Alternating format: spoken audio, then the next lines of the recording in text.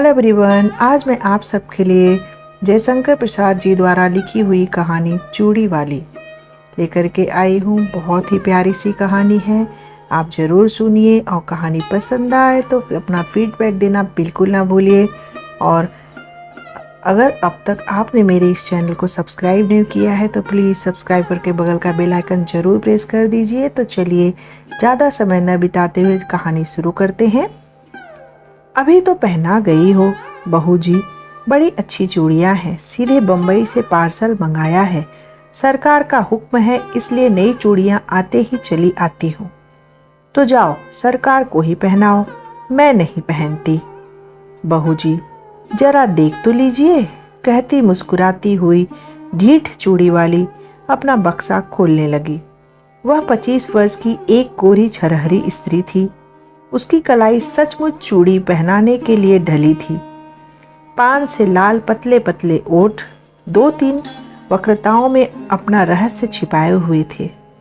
उन्हें देखने का मन करता, देखने पर उन सलोने अंधेरों अधरों से कुछ बुलवाने का जी चाहता।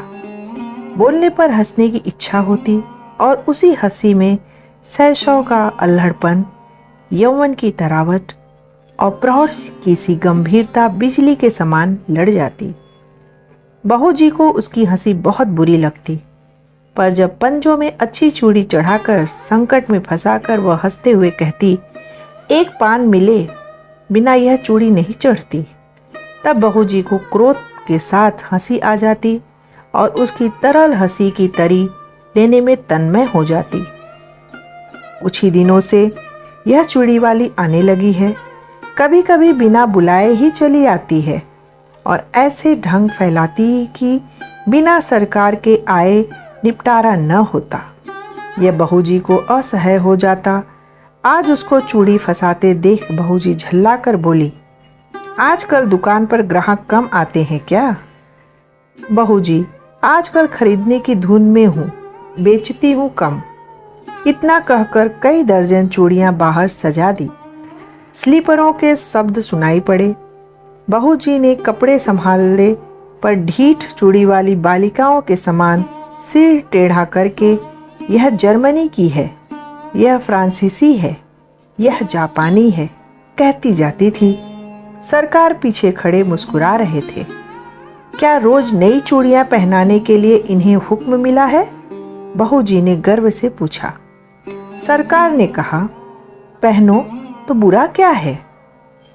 बुरा तो कुछ नहीं, चूड़ी चढ़ाते हुए कलाई दुखती होगी। चूड़ी वाली ने सिर नीचा किए कनखियों से देखते हुए कहा। एक लहर सी लाली आंखों की ओर से कपोलों को तर करती हुई दौड़ जाती है। सरकार ने देखा, एक लालसा भरी युवती व्यंग कर रही है। हृदय में हलचल मच गई। घबरा कर बोले, ऐसा है तो न पहने, भगवान करे रोज पहने। चूड़ी वाली आशीर्वाद देने के गंभीर स्वर में प्रौढ़ा के समान बोली। अच्छा तो तुम अभी जाओ।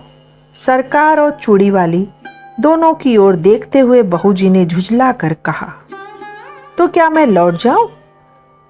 आप तो कहती थी ना कि सरकार को ही पहनाओ, तो जरा उनसे पहनने के लिए कह दीजिए। निकल मेरे यहाँ से, कहते हुए बहू जी की आंखें तिलमिला उठी। सरकार धीरे से निकल गए। अपराधी के समान सर नीचा किए चूड़ी वाली अपनी चूड़ियां बटोरकर उसी हृदय की धड़कन में अपनी रहस्यपूर्ण निश्वास छोड़ती हुई चली गई। चूड़ी वाली का नाम था विलासिनी। वह नगर की एक प्रसिद्ध नर्तकी की कन्या थी। उसके रूप और संगीत कला की सुख्याति थी। वैभव भी कम न था। विलास और प्रमोद का पर्याप्त संभार मिलने पर भी उसे संतोष न था। हृदय में कोई अभाव खटकता था। वास्तव में उसकी मनोवृत्ति उसके व्यवसाय के प्रतिकूल थी। कुल वधू बनने की अभिलाषा हृदय में और दाम्पत्य सुख का स्वर्गीय स्वप्न उसकी आंखों में समाया था। स्वच्छंद प्रणय का व्यापार अरुचिकर हो गया, परंतु समाज उससे हिंस पशु के समान सशंक था। उससे आश्रय मिलना असंभव जानकर विलासिनी ने छल के द्वारा वही सुख लेना चाहा। यह उसकी सरल आवश्यकता थी, क्योंकि अपने व्यवसाय में उसका प्रेम क्रय करने के लिए बहुत से लोग आते थे, पर विलासिनी अपना हृदय खोलकर किसी से प्रेम न कर सकती थी। उन्हीं दिनों सरकार के रूप, यौवन और चारित्र ने उसे प्रलोभन दिया। नगर के समीप बाबू विजय कृष्ण की अपनी जमींदारी में बड़ी सुंदर अंटालिका थी। वहीं रहते थे। उनके अनुचर और प्रजा उन्हें सरकार कहकर पुकारती थी। विलासिनी की आंखें विजय कृष्ण पर पड़ गई। अपना चिर संचित मनोरथ पूर्ण करने के लिए वह कुछ दिनों के लिए चूड़ी वाली बन गई थी। सरकार चूड़ी वाली को जानते हुए भी अनजान बने रहे। अमीरी का एक कौतुक था, एक खिलवाड़ समझकर उसके आने जाने में बाधा न देते। विलासिनी के कलापूर्ण सौंदर्य ने जो कुछ प्रभाव उनके मन पर डाला था, उसके लिए उनके सुरुचिपूर्ण मन ने अच्छा बहाना खोज लिया था। वे सोचते, बहू जी का कुलवधू जनोचित सौंदर्य और वैभव भी मर्यादा देकर चूड़ी वाली स्वयं पराजय स्वीकार कर लेगी और अपना निष्फल प्रयत्न छोड़ देगी। तब तक यह अच्छा मनोविनोद चल रहा है। चूड़ी वाली अपने कौतूहलपूर्ण कौशल में सफल न हो सकी थी, परंतु बहू जी के आज के दुर्व्यवहार ने प्रतिक्रिया उत्पन्न कर दी और चोट खाकर उसने सरकार को घायल कर दिया। अब सरकार प्रकाश्य रूप से उसके यहाँ जाने लगे। विलास रजनी का प्रभात भी चूड़ी वाली के उपवन में कटता। कुल मर्यादा, लोकलाज और जमींदारी सब एक ओर और चूड़ी वाली अकेले। दालान में कुर्सियों पर सरकार और चूड़ी वाली बैठकर रात्रि जागरण का खेद मिटा रहे थे। पास ही अनार का एक वृक्ष था, उसमें फूल खिले थे। एक बहुत ही छोटी काली चिड़िया उन फूलों में चोंच डालकर मकरंद पान करती और कुछ केसर खाती, फिर हृदय विमोहक काल नाद करती हुई उड़ जाती। सरकार बड़ी देर से कौतुक देख रहे थे। बोले, इसे पकड़कर पालतू बनाया जाए तो कैसा? यह फूल सुंधी है, पिंजरे में जी नहीं सकती।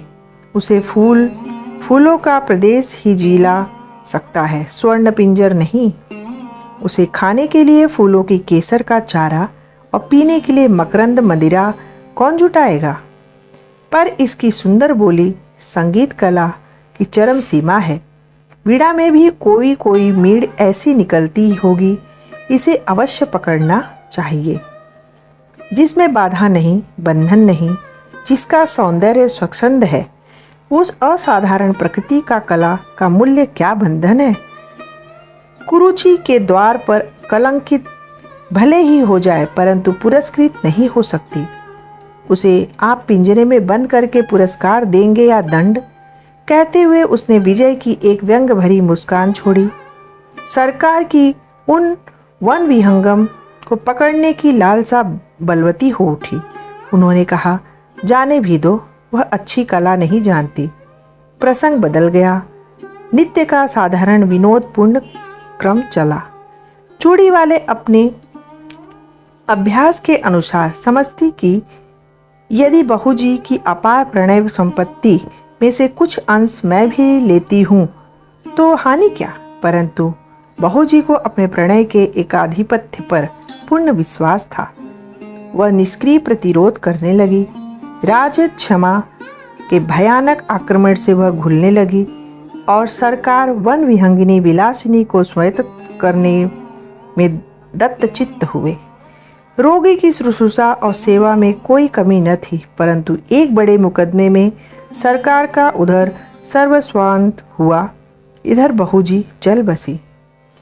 चूड़ी वाली ने समझा कि उसकी पूर्ण विजय हुई, पर बात कुछ दूसरी थी। विजय कृष्ण का वह एक विनोद था। जब सब कुछ चला गया तब विनोद लेकर क्या होगा? एक दिन चूड़ी वाली ने छुट्टी मांगी। उसने कहा, कमी किस बात की है? मैं तुम्हारी ही हूँ और सब विभव भी तुम्हारा है। विजय कृष्ण ने कहा, मैं वेश्या की दी हुई जीविका से पेट पालने में असमर्थ हूँ। चूड़ी वाली बिलखने लगी। विनय किया, रोई, गिड़गिड़ाई, पर विजय कृष्ण चले ही गए। वह सोचने लगी कि अपना व्यवसाय और विजय की गृहस्थी बिगाड़कर जो सुख खरीदा था उसका कोई मूल्य नहीं। मैं कुलवधू होने के उपयुक्त नहीं। क्या समाज के पास इसका कोई प्रतिकार नहीं? इतनी तपस्या और इतना स्वार्थ त्याग व्यर्थ है। परंतु विलासिनी यह न जानती थी कि स्त्री और पुरुष संबंधी समस्त अंतिम निर्णय करने में समाज कितना ही उदार क्यों न हो, दोनों पक्षों को सर्वदा संतुष्ट नहीं कर सका और न कर सकने की आशा है।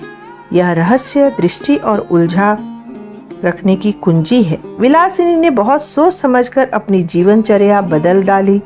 सरकार से मिली हुई जो कुछ संपत्ति थी उसे बेचकर पास ही के गांव में खेती करने के लिए भूमि लेकर आदर्श हिंदू गृहस्थ की सी तपस्या करने में अपना बिखरा हुआ मन उसने लगा दिया।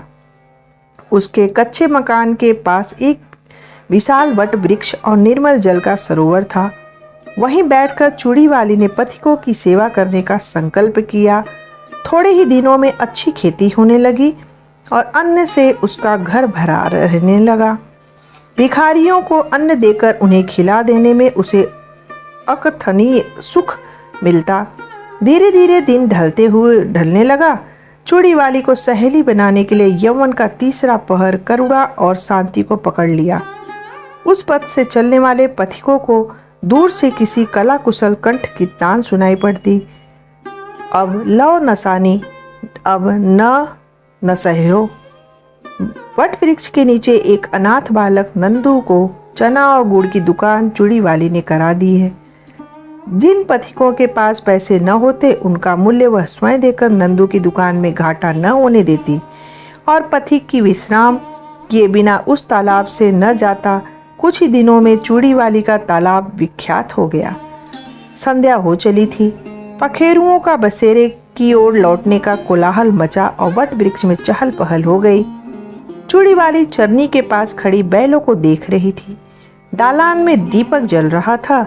अंधकार उसके घर और मन में बरजोरी घुस रहा था। कोलाहल शून्य जीवन में भी चूड़ी वाली को शांति मिली, ऐसा विश्वास नहीं होता था। पास ही उसकी पिंडुलियों से सिर रगड़ता हुआ कलुआ दुम हिला रहा था। सुखिया उसके लिए घर में से कुछ खाने को ले आई थी, पर कलुआ उधर न देखकर अपनी स्वामिनी से स्नेह जता रहा था। चूड़ी वाली ने हंसते हुए कहा, चल तेरा दुलार हो चुका, जा खा ले। चूड़ी वाली ने मन में सोचा, कंगाल मनुष्य स्नेह के लिए क्यों भीख मांगता है? वह स्वयं नहीं करता, नहीं तो तृण विरुद्ध तथा पशु पक्षी भी तो स्नेह करने के लिए प्रस्तुत है। इतने में नंदू ने आकर कहा, माँ एक बटोही थका हुआ तब अभी आया है, भूख के मारे वह जैसे शिथिल हो गया है। तूने क्यों नहीं दे दिया? लेता भी नहीं, कहता है तू बड़ा गरीब लड़का है, तुझसे न लूंगा। चूड़ी वाली वट वृक्ष की ओर चल पड़ी। अंधेरा हो गया था। पथिक जड़ का सहारा लेकर लेटा था। चूड़ी वाले ने हाथ जोड़कर कहा, महाराज आप कुछ भोजन कीजिए। तुम कौन हो? पहले की एक वेश्या। छी, मुझे पड़े रहने दो। मैं नहीं चाहता कि तुम मुझसे बोलो भी, क्योंकि तुम्हारा व्यवसाय कितने ही सुखी घरों को उजाड़ कर शमशान बना देता है। महाराज हम लोग तो कला के व्यवसायी हैं।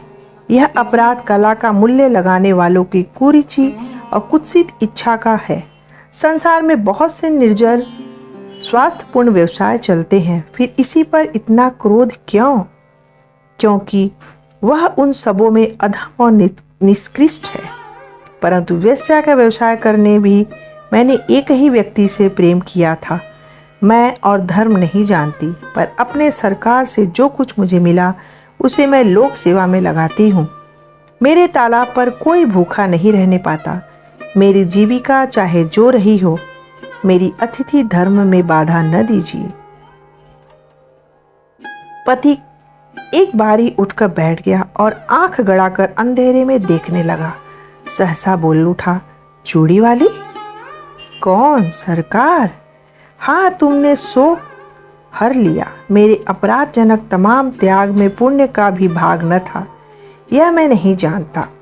सरकार, मैंने गृहस्थ कुलवधू होने के लिए कठोर तपस्या की है।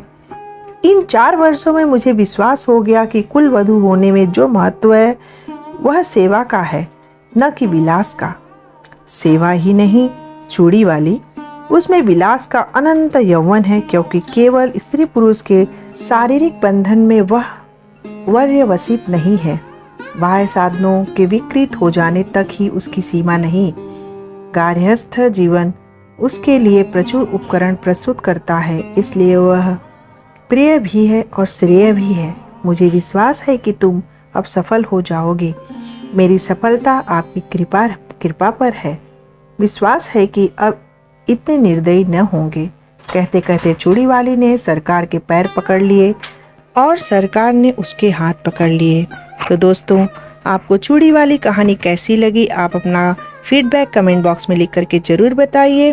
और अगर अब तक आपने मेरे चैनल को सब्सक्राइब नहीं किया तो सब्सक्राइब करके बगल का घंटा भी ज़रूर बजा दीजिए। और कहानी पसंद आई हो तो अपने फैमिली फ्रेंड में शेयर ज़रूर कर दीजिए। मैं अगली कहानी, प्यारी सी एक कहानी लेकर फिर से आऊँगी अगली वीडियो में। तब तक के लिए टाटा बाय बाय।